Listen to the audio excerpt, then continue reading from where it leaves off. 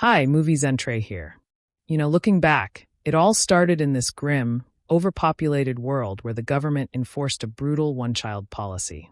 I was one of 7 identical sisters, hidden away by our grandpa Elias in a dingy, high-rise apartment in the sprawling, polluted megacity of the European Federation. He raised us in secret after our mom died giving birth, training us to share one identity, Alex Rivera. Each of us could only go out on our assigned day, blending into the crowds of the bustling streets below. In our cramped, tech-filled apartment stacked with bunk beds and surveillance screens, Grandpa Elias named us after letters to keep things organized. I was Delta, the bold one, while my sisters were Alpha, Beta, Gamma, Epsilon, Zeta, and Eta. We practiced mimicking each other perfectly, sharing every detail of our Alex life to avoid detection by the Child Allocation Bureau's drones and checkpoints. One evening, after Alpha headed out for her shift at the corporate office tower downtown, she didn't come back to our secure apartment hideout. Where the hell is she? We waited in the dim glow of our monitors, the city lights flickering through the rain-streaked windows, but nothing. Panic set in among us sisters. The investigation begins. The next day, Beta stepped out as Alex.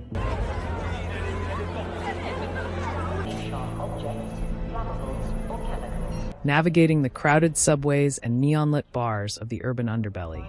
She traced Alpha's steps to our co-worker Vance at a smoky dive bar.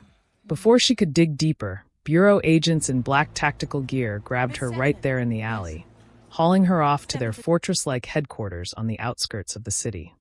At the stark, sterile Bureau facility with its cold interrogation rooms and humming cryosleep chambers, Beta faced Director Voss, the iron-fisted presidential hopeful running the place. Voss smirked, revealing she knew about us all, and ordered a hit squad to our apartment. We fought back in the confined spaces of our home, bullets flying through the kitchen and living room. Ada took a fatal hit, her blood staining the floor as we took down the intruders.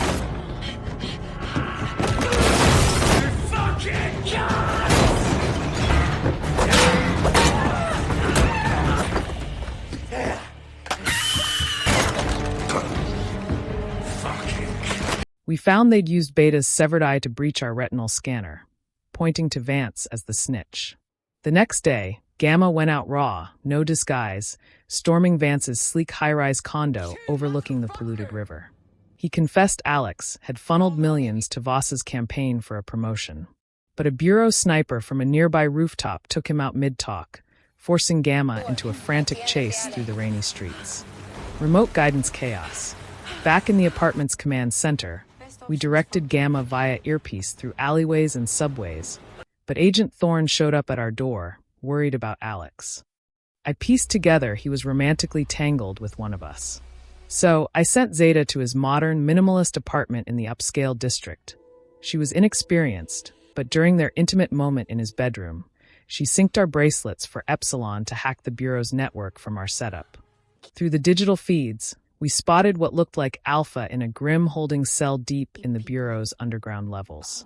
Zeta got intimate details from Thorne. He'd been with Alpha. But agents raided his place post-hookup, killing Zeta after she spilled about the romance. Security Chief Kane led a full assault on our apartment, smashing through the doors with flashbangs. Epsilon rigged explosives in the tech room, blowing the place sky-high to cover my escape.